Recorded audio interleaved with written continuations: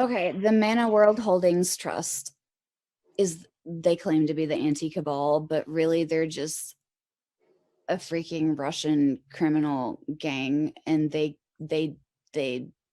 collect intel basically on scientists, and they like email you and they're like, hey, we're the anti-cabal and we're in a like outside nation state banking jurisdiction, and we have all the gold from the crusades, and we would like to fund you for $100 million. And then you talk to them and they just want your white paper. They just want your white paper. And they're like, we're the anti-cabal. There's going to be a dark financial flip where like the whole background flips, but like the public people are still the same for government. We're the anti-cabal. It's Mana World Holdings Trust, but like it's really just a Russian criminal gang that's like scoping you out. And what happens is like the Russian gangs that like scope you out for intel, if they decide that you're worth looking into, they refer you to the operational groups. And then the operational groups are the ones that fucking like move into the apartment across the parking lot from you and stalk you physically in your hometown. Like when you get referred from the intel gathering group to the operational group, it's really bad. Get this, Amy, tell them the story of when they swapped out the license plate. The license plate story. I found out that I was being physically surveilled by the following method. My ex-boyfriend and I realized that people had been breaking into our apartment while we were gone together in the same vehicle.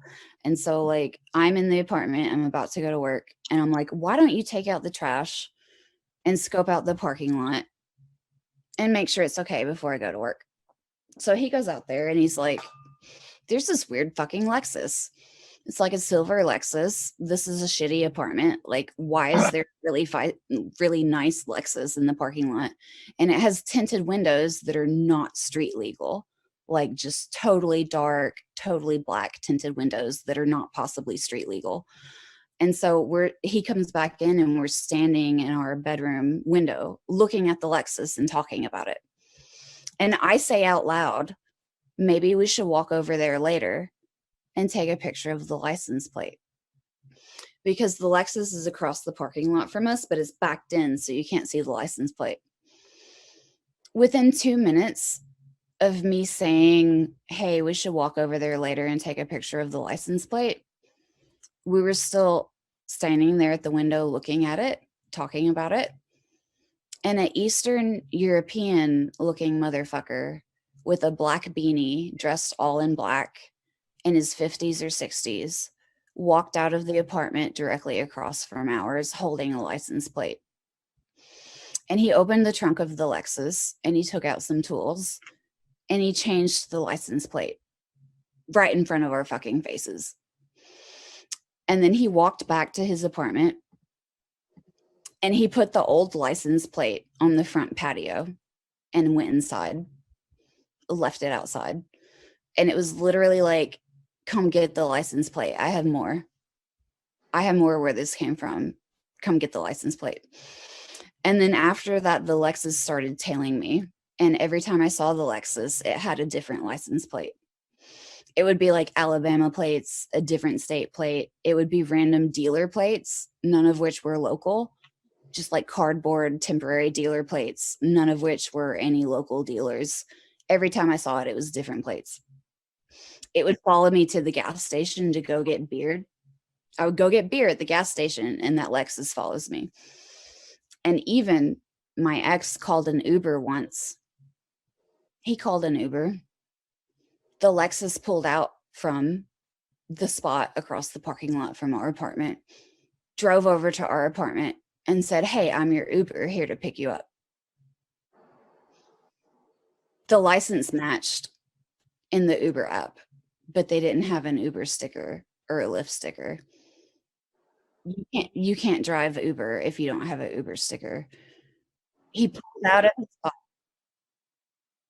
He pulled out of his spot across from our apartment where he lived and drove over there to pick him up and said, hey, I'm your Uber here to pick you up.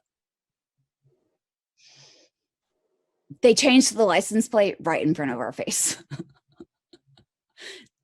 Like 60 seconds after I said, hey, we should go take a picture of that license plate. And they leave it on the patio, like, take it. We have more.